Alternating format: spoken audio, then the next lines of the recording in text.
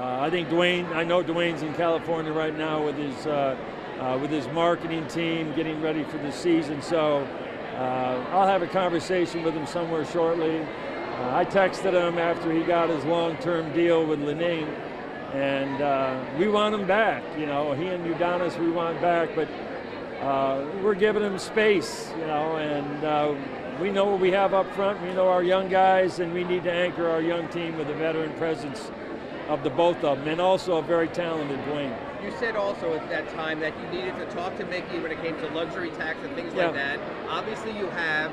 Is the Miami Heat willing to offer the mid-level taxpayer exception to Dwyane Wade to get a deal done if that's what it requires? I don't think this is about negotiating a mid-level or dollars. It's about getting Dwyane back. It's not really about the tax right now, even though you know, we have a tax situation. We'll work our way around that. We have you know, 14 months or 12 months to deal with the situation. So we just want to get started. You know, get back. You know, get back on the floor. It's been 5 months.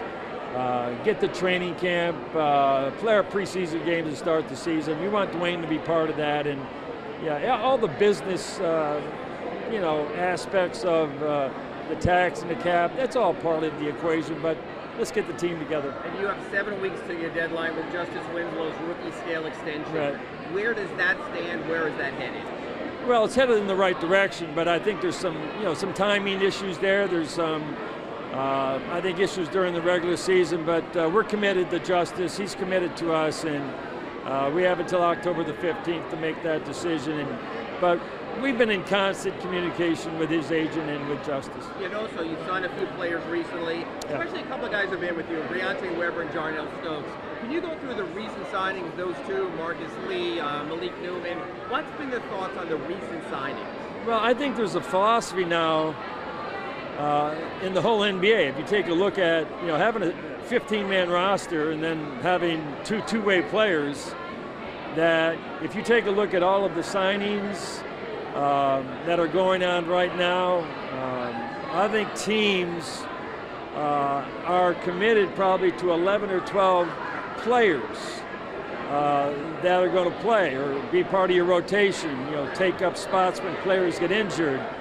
The other 5 guys are going to be two-way players and you know, what we call X10 players. So we're stocking our D-League team with youth, with guys that can play, that we can fill out our team in Sioux Falls. And so it's making it tough for some veterans that are still out there that are pretty good players, because I think teams are going in another direction. Have you decided you're going to do 14? Are you going to carry 14, or are you still thinking that? Well, right now we're at 14, but you know, we're not married to anything. But right now we're at 14, and with a number of young players that are going to compete. You know, I'm really proud of the fact that, you know, Duncan Robinson, you know, he's been invited to go and play in an international league or series and championship series, but he's decided to stay here because he wants to make our team. He wants to prove to us that he can make our team, and even though he's got a two-way contract, he wants to force us into giving him a real contract.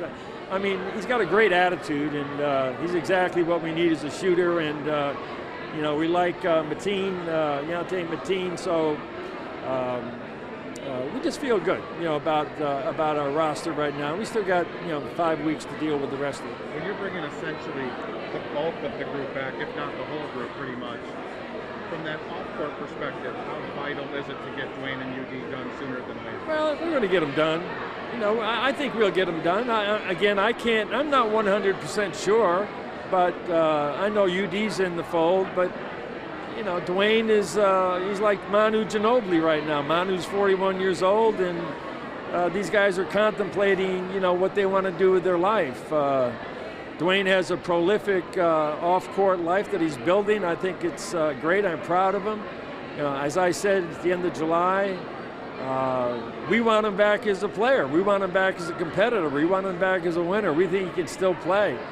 And you know, so from that standpoint, you know, sooner or later, with those two guys, I think if they decide, they're going to be here.